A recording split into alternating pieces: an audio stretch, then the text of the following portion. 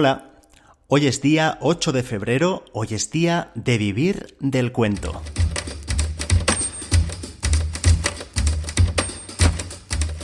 Vivir del cuento, el podcast de las historias que van contigo.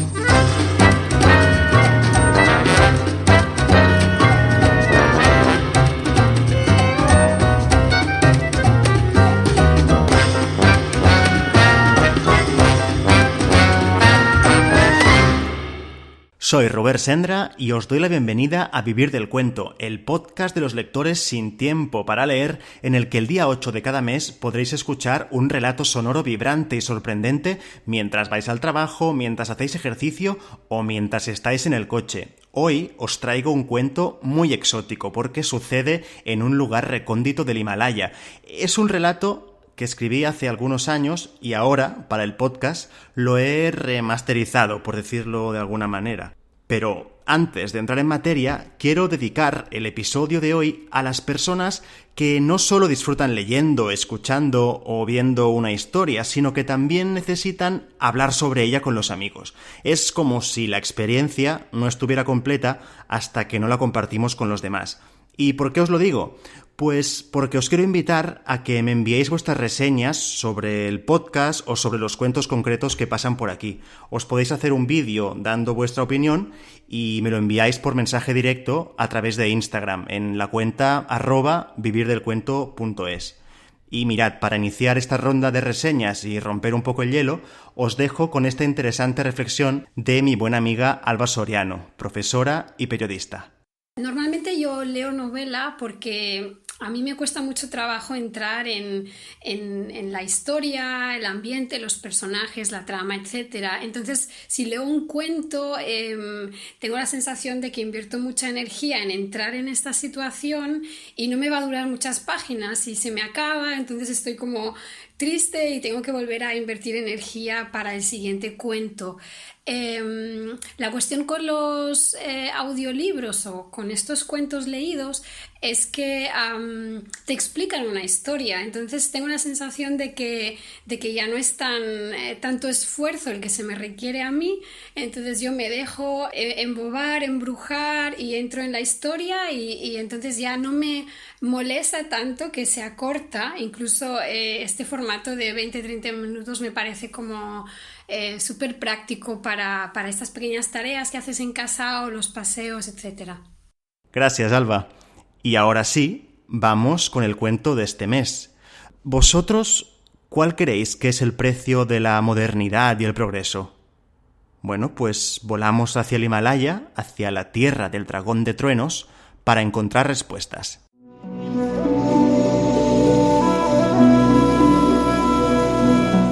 La tierra del dragón de truenos.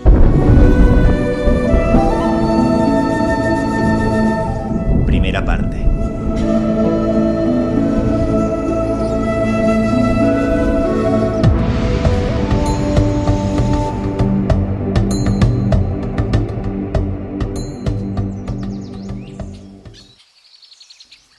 El viejo y sabio Yu meditaba con las piernas cruzadas sobre el pequeño peñón que coronaba la montaña.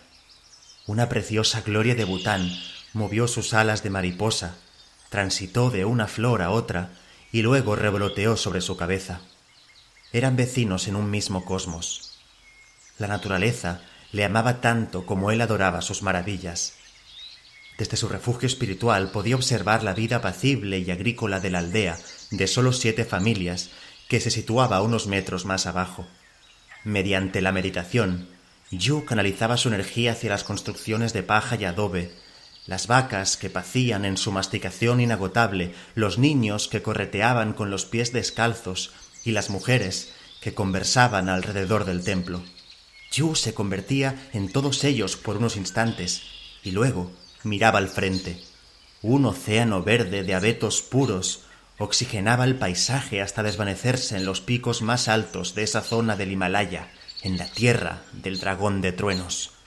Sobre la cordillera del Himalaya que encrespaba la línea del horizonte, un sombrero de nubes negras lanzaba una tormenta iracunda sobre las cumbres nevadas.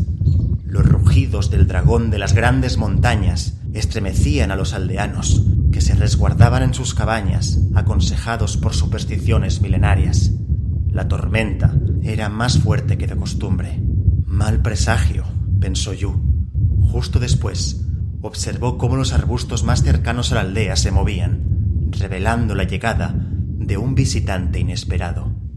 Los niños más curiosos, encabezados por el pequeño Michigan, ya se habían agolpado en el inicio del poblado, donde el espesor de los arbustos hacía imposible la visibilidad, cuando salió del bosque un hombre enclenque, de gafas telescópicas, rodillas torcidas y melena negra desaliñada. Todos los niños, menos Michigan, se echaron atrás y buscaron refugio bajo los brazos de sus padres, que habían interrumpido su faena en el campo para acercarse al forastero. Los más veteranos del poblado encontraron algo familiar en las facciones del chico, sin duda butanesas. «Soy Ti, he vuelto», dijo el visitante en el dialecto dzongkha de la zona, sujetándose las gafas con el dedo índice. Una de las matronas del poblado se abalanzó desde la multitud a su joven hijo tras un grito de júbilo y se lo comió a besos. Los demás espectadores estallaron en aplausos y vítores, excepto unos ojos que miraban la escena con recelo y preocupación. Nadie tenía ya ninguna duda de que el chico era Ti, aunque a sus 28 años era muy diferente a cuando se fue de muy joven en plena pubertad. Había sido el chico más prometedor de la región, uno de los primeros en aprender a escribir, el futuro de la aldea. Y por eso sus padres habían decidido venderse los animales para poder mandarlo a la capital y que se formara con las mejores mentes del país. Le habían perdido el rastro desde que la monarquía le ofreciera una beca para estudiar en Londres, pero ahí estaba de nuevo. Vestía con americana y camisa, pantalones tejanos y zapatillas deportivas. Miraba con una mezcla de nostalgia y lástima los ropajes tradicionales de sus viejos vecinos, el go de los hombres y la kira de las mujeres. En una atiborrada maleta de viaje cuyo cierre apenas podía resistir la presión, guardaba objetos insospechados, como una balanza y cajitas mágicas provistas de pantallas y botones que sobresalían por la apertura de la mochila. Los aldeanos tenían una infinitud de preguntas por hacer al joven Ti, tantas que incluso habían olvidado la tormenta que se aquejaba a lo lejos. Ante la creciente curiosidad de los chiquillos que merodeaban cerca de su equipaje, Ti abrió su pesada maleta y repartió cajitas de todos los colores a los niños. «Estos aparatitos se llaman videoconsolas. En Londres todos los niños tienen una». Repartió 2 pilas a cada uno, les enseñó a encender la videoconsola y los instruyó sobre el uso de los botones. Cuando apareció el primer destello de luz en una de las consolas, toda la aldea se echó atrás temblorosa mientras unos ojos en medio del tumulto se abrían desorbitados. La madre de Ti lanzó hacia la consola sortilegios contra la mala suerte. El niño que sostenía el aparato se apoyó en la mirada alentadora de Ti y se atrevió a apretar los botones. Vio a un chico como él saltando obstáculos. «¿Por qué hay un niño encerrado en esta caja?» Se extendió un murmullo de expectación. Ti sonrió. «No hay ningún niño encerrado, pequeño. Solamente es imaginación y tecnología». Los aldeanos suspiraron de sorpresa y repitieron las palabras del joven Ti. Imaginación y tecnología. «El mundo entero está lleno de aparatos como estos. Los hay para jugar, los hay para trabajar, para curar. Todo el mundo está lleno de inventos que no podríais ni sospechar», siguió el joven. El júbilo estalló de nuevo. Todo el mundo reclamaba inventos. Ti extrajo de su mochila un nuevo aparato, esta vez más alargado, armado con pequeñas cuchillas en un extremo. Accionó el utensilio con un interruptor y lo acercó al cazador Shofin. Al contacto con el aparato, la barba que le cubría el rostro se esfumó como por arte de magia. Resonaron por todo el valle los aplausos de los aldeanos maravillados.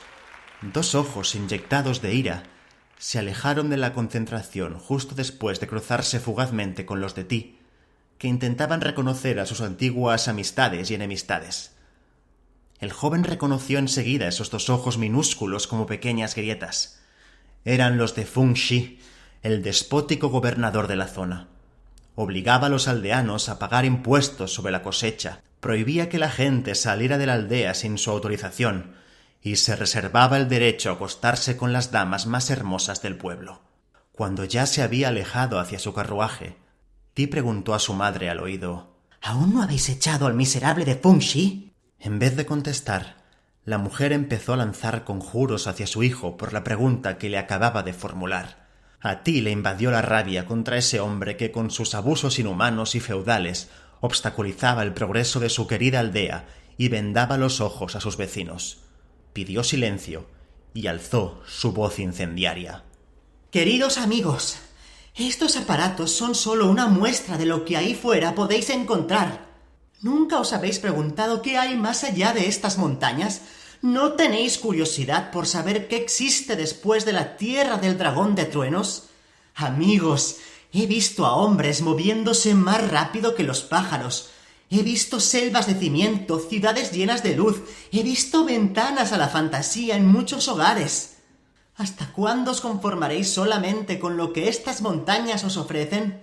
¿Hasta cuándo temeréis las tormentas? Amigos, he visto el mundo, he comprobado que la felicidad se encuentra justo después de estas montañas. ¿Cuándo saldréis del caparazón? En la capital, el rey ya ha movido sus fichas, también apuesta por el cambio. Os prometo que en menos de 2 años llegará la carretera a nuestra aldea, y con la carretera llegará también la electricidad. Imaginaos, cada día llegarán al pueblo decenas de camiones cargados con todos los tesoros que podáis imaginar. La capital quedará solo 5 horas. El mundo se hará pequeño para engrandecernos a todos nosotros. Los aldeanos parecían embriagados. Sus mentes abandonaron los campos y las vacas y empezaron a volar más allá de las montañas. A cambio de todo esto, ¿qué tenemos que hacer nosotros? Muy fácil. Arrancarnos las cadenas, tomar el progreso por las riendas. El rey apuesta por la democracia. Imaginaos, todos seremos reyes, reyes de nuestras vidas. El rey confía en todos nosotros, ya no cree en el villano de Feng Shi. Sus abusos ya no tienen justificación. Amigos, liberaos de las cadenas y pronto nos veremos recompensados. Los estudios londinenses de retórica habían dado sus frutos. Mientras los niños se olvidaban del mundo con sus nuevos aparatos, los mayores estallaron de repente y se abalanzaron sobre el carruaje de Feng Shi, que se disponía a partir hacia su fortaleza Zhong. La guardia del gobernador no pudo resistir el empuje de los aldeanos. La batalla cuerpo a cuerpo no duró más de 10 minutos. Cuando oscureció, se encendió en el centro de la aldea una hoguera como las que no se recordaban con los cuerpos de Feng Shi y sus guardias. Los hombres probaron la cerveza que Ti había traído de más allá de las montañas y se empezaron a notar los pómulos calientes. Entonaron cánticos de equipos ingleses que Ti les acababa de enseñar. Como una seta salida en medio de la nada, el sabio Yu se interpuso entre los aldeanos y la hoguera tras pasar el día entero meditando en su peñón. Con serenidad, apoyándose en su robusto bastón de madera, señaló acusadoramente con el dedo índice al joven Ti, que coqueteaba con una de las aldeanas sin saber que era su hermana pequeña. Tú, joven Ti, acabas de desflorar estas tierras vírgenes. Acabas de inaugurar el reino de la sangre. Oyes cómo rugen los dragones. ¿Sabes cuántas generaciones han vivido en esta aldea sin conocer el color de la sangre? Ahora tú nos pudres con fuego y con sangre y nos seduces con ideales de Occidente. Nos pides que miremos más allá de nuestras montañas cuando son nuestro bien más preciado y el nido de nuestra identidad. ¿Quiénes seremos sin nuestro medio puro y cristalino? Seremos quien nos dé la gana, sentenció Ti. Desde esa noche, forjada de rojo por el fuego y la sangre, nadie volvió a tomar en serio al viejo Yu, y a lo lejos, en el Himalaya, los dragones rugieron con más rabia que nunca. Ti repartió tapones de cera para las orejas a todos los que temían los truenos. Alrededor de las brasas y las cenizas, todo el mundo durmió profundamente, excepto el viejo Yu, que se exilió a su peñón para observar en el horizonte la llegada del gusano de asfalto.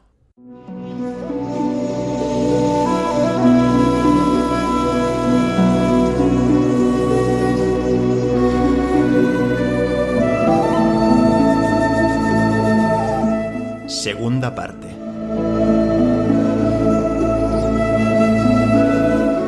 Quedaban solo 5 meses para la llegada de la carretera. Desde su peñón, Yu observaba cómo trabajadores nepalíes talaban abetos en el horizonte oeste para aplanar el terreno por donde se extendería la carretera. Con unos jóvenes discípulos que decían serle fiel, entre ellos el pequeño Milligan, Yu analizaba sobre el peñasco las consecuencias perniciosas del gusano de asfalto. Sin embargo, los aldeanos radiaban de alegría por el inminente advenimiento. Ti había sorbido la inteligencia de sus mentes con relatos futuristas y esperanzadores. Su voz proveniente del pueblo se elevaba hasta el peñasco transportado por ecos azarosos. Yu podía oír promesas de un mundo con alimentos para todos los gustos, ropa cómoda producida en China, hospitales a menos de 2 horas, ventanas de luz hacia otras vidas, conexiones a otros países mediante cables y ondas hercianas. Conforme el pueblo se entusiasmaba con la llegada del progreso, los monjes fueron notando una afluencia cada vez menor de infantes al templo, pues estaban demasiado entretenidos con sus videoconsolas. Las abuelas ya no tenían audiencia cuando se sentaban cerca de una hoguera para explicar leyendas e historias del pasado. Por su parte, los hombres más veteranos salían en las tertulias en defensa de los valores tradicionales de la aldea y acusaban a sus nietos de egoístas por pelearse para conseguir los mejores videojuegos. Según chillaban los ancianos a los 4 vientos, en el pueblo nunca nadie se había peleado por ningún bien, y todo el mundo tenía interiorizado que todo provenía de la misma naturaleza, luego todo era de todos. El día que por fin llegó la esperada carretera, Yu murió en su peñasco de un ataque al corazón. Los dragones del Himalaya lloraron la pérdida en una tormenta sin precedentes, mientras que una manada de langures dorados enviados por la madre naturaleza velaron su cuerpo por varias horas. Unos metros más abajo, en el poblado, nadie se acordaba del viejo Yu. Los picos y las azadas habían quedado clavados sobre la tierra del campo. Los arados permanecían abandonados. Se respiraba entre las cabañas un ambiente de tranquilidad tensa, con los gruñidos de los cerdos y los mugidos de las vacas como único sonido. Los aldeanos se agolpaban en la entrada del pueblo. Donde antes se alzaban bosques espesos y acantilados, ahora una carretera de 2 carriles de asfalto brillante zigzagueaba hasta el centro del valle y desaparecía en el horizonte. Desde el pueblo todos los aldeanos habían podido ver un camión acercándose. Solamente los pocos que habían podido huir en alguna ocasión de la aldea conocían la existencia de aquellos elefantes con ruedas y trataban de hacerse los interesantes con el resto, explicando los pormenores de aquel milagro de la técnica, mientras Ti sonreía con orgullo por el éxito de sus propuestas. El primer camión tardó 1 hora y media en llegar al pueblo desde que había aparecido por el horizonte. Los aldeanos lo recibieron con suspiros de sorpresa y de temor, tanto por el tamaño de la máquina como por la polvareda diabólica que dejaba a su paso. El camionero, que decía provenir de la mismísima capital del reino y sentirse satisfecho por la inminente llegada de la democracia, descargó la mercancía, que fue recibida con profunda admiración e incredulidad. Estaba formada por medicamentos de prospectos chinos ininteligibles, alimentos envasados, cuadernos y lápices para los niños. Unas horas más tarde llegó un segundo camión, recibido aún con más expectación, que traía ropa moderna de las marcas más punteras, camisetas de clubes deportivos europeos y música pop de Japón e Inglaterra. Los más atrevidos se sacaron en medio de la calle los gos y las kiras y se vistieron con los ropajes de la modernidad, camisetas de tirantes ajustadas de la marca Nike, pantalones tejanos Lee, tangas.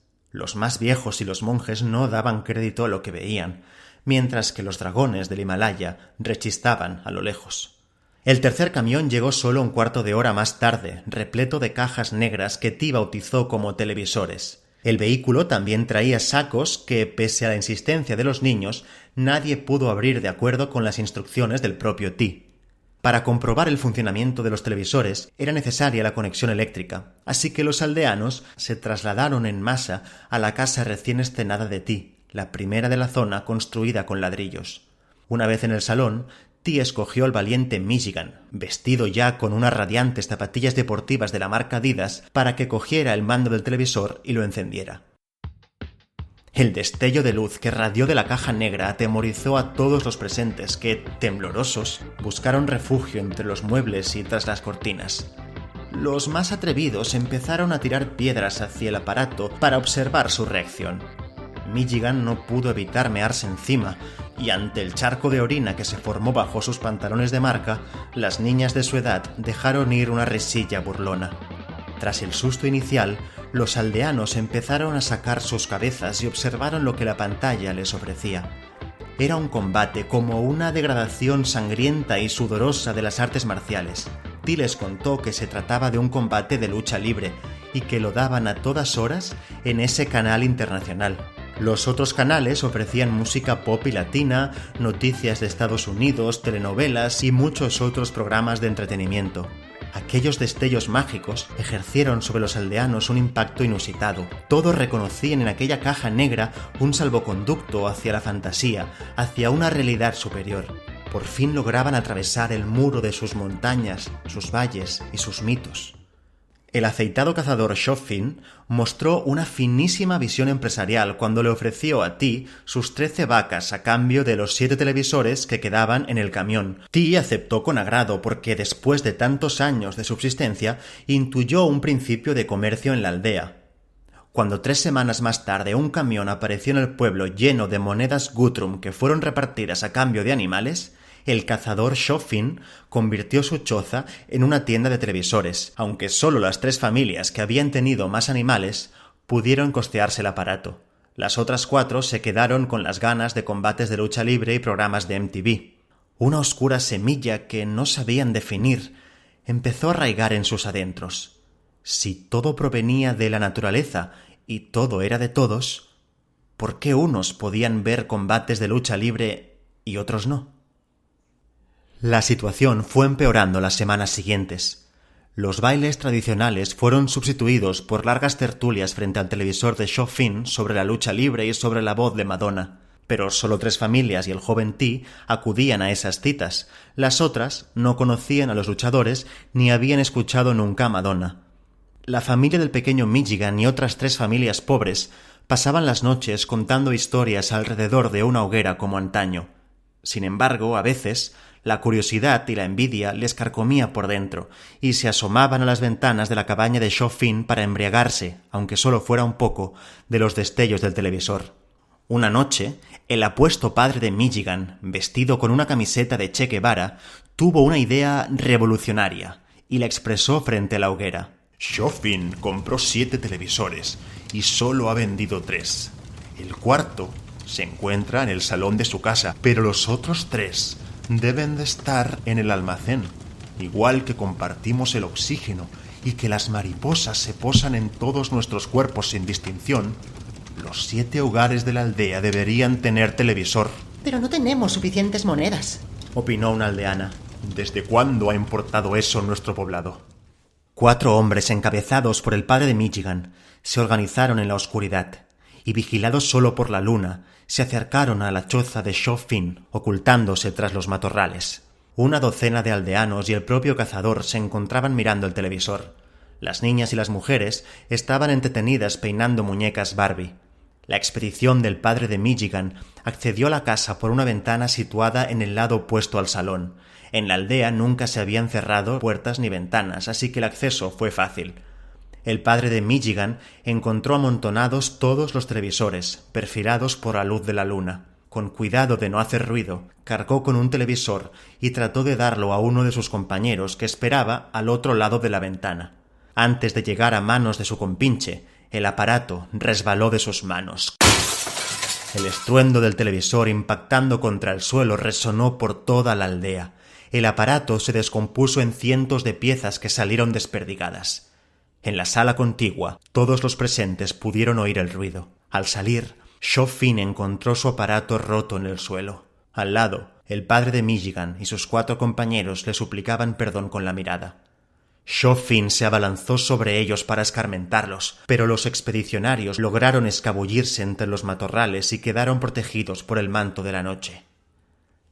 La mañana que siguió aquel triste episodio, el cazador Chopin hizo sonar con rabia el timbre de la casa de Ti. El joven apareció al cabo de unos minutos en el umbral de la puerta, desperezándose. Furioso, más furioso que los dragones del Himalaya en los días de tormenta, Shofin le contó lo ocurrido la noche anterior y exigió responsabilidades. No temas. No toleraré hurtos ni despropósitos en esta aldea, aseguró Ti tranquilizadoramente. Espera mañana frente a la carretera. Te prometo que encontraré una solución. En efecto, la mañana siguiente llegaron a la aldea 2 camiones más cargados con cajas que rezaban Dangerous. Un grupo de curiosos acompañó a Shofin a recibir el nuevo logro de la modernidad. Ti abrió una de las cajas y extrajo una especie de tubérculo de color oscuro. Resultó vagamente familiar para quienes miraban la televisión hasta altas horas de la madrugada. El joven Ti subió a la cabina del primero de los camiones con el tubérculo en la mano y alzó la voz hacia el grupo expectante. Como ya debéis saber todos, hace poco ocurrió en el pueblo algo indeseable. Algunos de nuestros vecinos intentaron robar al cazador Shofin uno de sus televisores, amenazando con acabar con la armonía. Os prometí progreso y felicidad con la llegada de la carretera, y ahora os aseguro que la carretera acabará con los vicios de quienes no sepan vivir en comunidad. Por eso, os presento una nueva herramienta que os permitirá defender lo que es vuestro y que grabará en la aldea unas mínimas pautas de justicia. Señoras y señores, les presento a nuestras nuevas amigas, las pistolas. Se oyeron murmullos de admiración. Cuando el joven Ti quiso enseñar a sus vecinos a utilizar las armas, se sorprendió al ver que casi todos habían aprendido ya a sacar el seguro y a apuntar, gracias a la televisión, así que la repartió, dando más a quien más pertenencias tenía que defender. Él y Shofin se hicieron con la mayoría de ellas. Sospecharon que las cosas iban a mejorar en la aldea. Sin embargo, los dragones del Himalaya parecían cada vez más enfadados con sus truenos iracundos.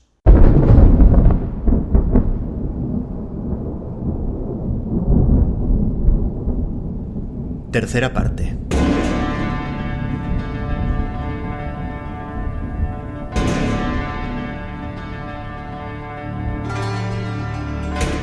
La tormenta no dio tregua durante 4 días enteros. Las familias acaudaladas mataron el tiempo frente al televisor mientras las menos favorecidas planeaban un nuevo robo.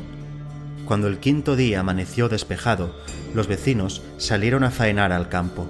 Por primera vez en toda la historia de la aldea, algunos de los aldeanos optaron por no saludarse. Aparecieron las miradas de soslayo, los cuchicheos de recelo, las envidias y los rencores escondidos con años y años de camaradería. Consciente del descenso de la felicidad de sus vecinos, el joven Ti anunció nuevas reformas y prometió la llegada del turismo a la aldea, para lo cual se instalaría una tienda de souvenirs en casa de Shofin y todos los aldeanos tendrían que volver a llevar sus gos y sus kiras tradicionales y sonreír ante las cámaras de fotos. Ti prometió también desvelar el contenido de los sacos que el tercer camión le había traído tras la llegada de la carretera. Organizó sesiones privadas para enseñar su secreto mejor guardado a los aldeanos adultos. Quienes salían de las reuniones privadas con Ti lo hacían con una amplia sonrisa. Olvidaban por unas horas todos los temores, los televisores, las armas y los recelos del pueblo y respondían a todo con carcajadas. Ante aquel milagro, empezó a correr el rumor de que el joven Ti era un brujo. Los 2 amigos de Michigan se mostraban escépticos ante aquella posibilidad, pese a que el pequeño les había repetido 1001 veces que había visto cómo el joven Ti usaba unas mágicas semillas blancas de la felicidad para alegrar a los aldeanos que acudían a él. Esas valiosas semillas eran el secreto de Ti. El pequeño Michigan estaba convencido. Un buen día, al caer el sol, y pese a la amenazadora acumulación de nubes que se estaba formando sobre el Himalaya, Michigan convenció a sus amigos para que comprobaran por ellos mismos los poderes mágicos del chamán Ti. Encontraron al líder del pueblo a las puertas de su casa, atendiendo a la vecina más anciana de la aldea. De su saco, Ti cogió 2 semillas blancas y se las ofreció a la abuela. Con fe ciega, la anciana se tragó las 2 semillas empujándolas por la laringe con un trago de alcohol. La vieja se tambaleó. Michigan tuvo que aguantarse la risa. Cuando la anciana estaba a punto de caer al suelo y de vomitar sus intestinos, una risa boba e insaciable le brotó de la garganta. La vieja empezó a danzar alrededor de la casa del joven Ti y a realizar gestos obscenos que sin duda había aprendido por televisión. Ti la perseguía preocupado por el escándalo. Entonces Midgigant guiñó un ojo a sus dos amigos estupefactos. Quedaban demostrados los trucos de brujería que Ti conocía. Aprovechando un momento de descuido, se acercó con sigilo a la entrada de la casa donde aún yacía el saco y hundió la mano en las semillas, agarró un puñado y se refugió entre la maleza escoltado por sus dos pequeños secuaces. Fue entonces cuando cayeron las primeras gotas de lluvia. Empezaron susurrando, pero rápidamente adquirieron tintes trágicos. Como balazos de las nubes, las gotas fueron acuchillando el suelo con rabia. Los relámpagos anunciaban estruendos cada vez más cercanos. Parecía que el dragón de truenos había salido de sus cuevas del Himalaya y volaba hacia el pueblo. Los habitantes acaudalados se cobijaron bajo el techo del comerciante Shofin. Por su parte, las 4 familias desfavorecidas se reunieron en una de las casas más humildes y se contaron historias de cuando todo era de todos, y de cuando los televisores solo eran cajas, y de cuando las pistolas eran tubérculos, y de cuando las carreteras eran gusanos de asfalto, y de cuando las kiras y los gos eran más que un vestuario de pesebre viviente para turistas. Era tal el temor de todos ellos que no llegaron a echar en falta a Midgigant y sus amigos. En medio de la aldea, los 3 compañeros se abrían paso entre la lluvia y la oscuridad, deseosos por probar las semillas mágicas. No temían a los truenos, aunque de vez en cuando miraban hacia el cielo por si asomaba el dragón entre los nubarrones. Midgigant guió a sus 2 amigos hacia el viejo templo de la aldea. Aunque el edificio se encontraba en un estado ruinoso y sombrío, pudieron resguardarse de los latigazos de la lluvia en un porche de madera agujereado por la dejadez. Sentados y con la espalda en la pared, miraron con atención las semillas que Midgigant había acurrucado en su mano. Eran semillas de un blanco liso e inmaculado, con media luna grabada en su superficie. Con una sonrisa suspicaz, Midgigant extrajo del bolsillo de su chaqueta chorreante una lata con destellos rojos, blancos y negros. Se trataba de una Coca-Cola. El pequeño decidió adelantarse a sus 2 amigos. Con cuidado pero con determinación, agarró 7 semillas blancas, alzó el puño hacia el cielo oscuro y gritó: «Ahora voy a volar más alto que tú, maldito dragón». Midgigant se llevó las pastillas a la boca, bebió un sorbo de Coca-Cola y tragó. La lluvia y el viento menguaron, expectantes. Los truenos desaparecieron unos instantes. Midgigant, ausente, era observado con atención por sus 2 amigos. ¿Iba el chico a volar o a bailar como la vieja alrededor del templo? Nada de eso. Al pequeño le empezaron a temblar las piernas y los brazos. Su cuerpo se abrasó por un fuego invisible y rápidamente quedó tiritando por un hielo mágico. Luego sintió náuseas y la visión de sus 2 amigos, del templo y del pueblo se fue desmoronando en su mente con un efecto dominó. La oscuridad fue creciendo, los tembleques aún más. Midgigant se desplomó, los ojos abiertos, desorbitados, con las pupilas dilatadas. Al contrario que la abuela, Midgigant no se levantó al instante para entrar en una fase de lujuria. La noticia de la intoxicación se escampó como la pólvora en la aldea conforme regresaba la fiera tormenta. A Ti no le despertaron los rugidos que llenaban el cielo, sino los gritos y las pedradas provenientes del exterior. Cuando se asomó por la ventana con su pijama de seda, todos los aldeanos, excepto Shofin y algunos otros televidentes, esperaban con cara de rabia. Su expresión de odio parecía la misma que cuando el pueblo se alzó contra el gobernador Feng Shi. El joven Ti tragó saliva. Escuchó las quejas de los aldeanos que no parecían dispuestos a negociar. Al parecer, el pequeño Midgigant había tomado un puñado de sus pastillas de éxtasis y había quedado inconsciente, aunque aún respiraba. ¡Brujo asesino!, gritaban las masas. Ti encontró entre ellas a su madre, desconcertada, y miró con desespero la carretera en cuyo asfalto los truenos se reflejaban. Le pareció encontrar una solución. Amigos y amigas, giraos y observad la carretera majestuosa que tenéis a vuestra espalda. Es nuestra y nos llevará en menos de 2 horas al hospital más cercano. Cogeré ahora mismo un camión e iré con el chico al sanatorio. No temáis. Esta situación me duele a mí tanto como a vosotros, pero la modernidad que tanto os he prometido salvará a Michigan. Con algo de recelo, los aldeanos accedieron a la propuesta del joven T y lo ayudaron a cargar el equipaje en un camión que había llegado la mañana anterior a la aldea. T y un Michigan sudoroso y moribundo salieron rápido del pueblo, levantando a su paso ráfagas de agua.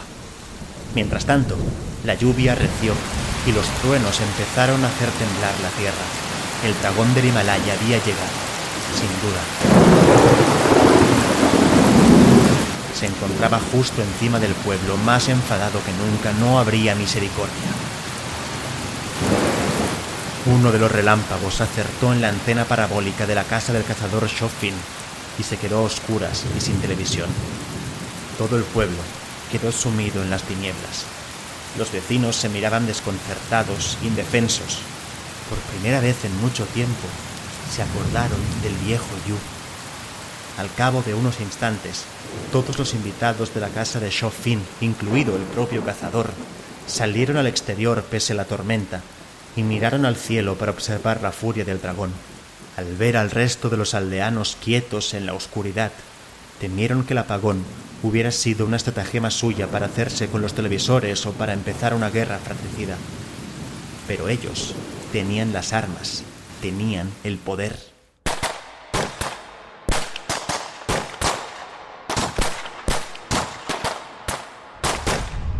Cuando T oyó los disparos desde la cabina del camión, ya se encontraba a salvo y suficientemente alejado de la aldea, deslizándose por la radiante carretera. El pequeño Michigan había fallecido tan pronto como habían salido del pueblo, pero T sabía que no podía regresar al lugar en el que había nacido y había construido todas sus ilusiones. A personas como él, la suerte siempre les sonreía, y la vida o los cursos de retórica en Londres le habían ofrecido la oportunidad de continuar su vida en la capital, con el sueño de la modernidad de su aldea presente como un reflejo en la memoria. El progreso iba a ser imparable. Al día siguiente se celebrarían las primeras elecciones en el país. La democracia había llegado a la tierra del dragón de truenos.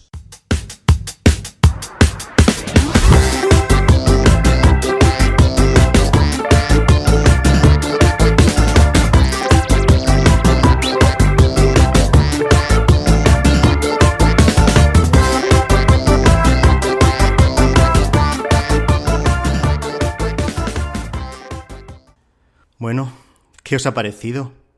Intensito, ¿eh? Bueno, como en este episodio nos estamos pasando un poco del tiempo, si os parece lo dejamos aquí y ya en la newsletter del podcast os puedo pasar algo más de información sobre el proceso de creación del relato. Si aún no estáis suscritos, podéis hacerlo en vivirdelcuento.es/suscríbete. Y así también os podré enviar cada mes el PDF del relato y alguna que otra sorpresita. Gracias por darle vida a este cuento. Un abrazo.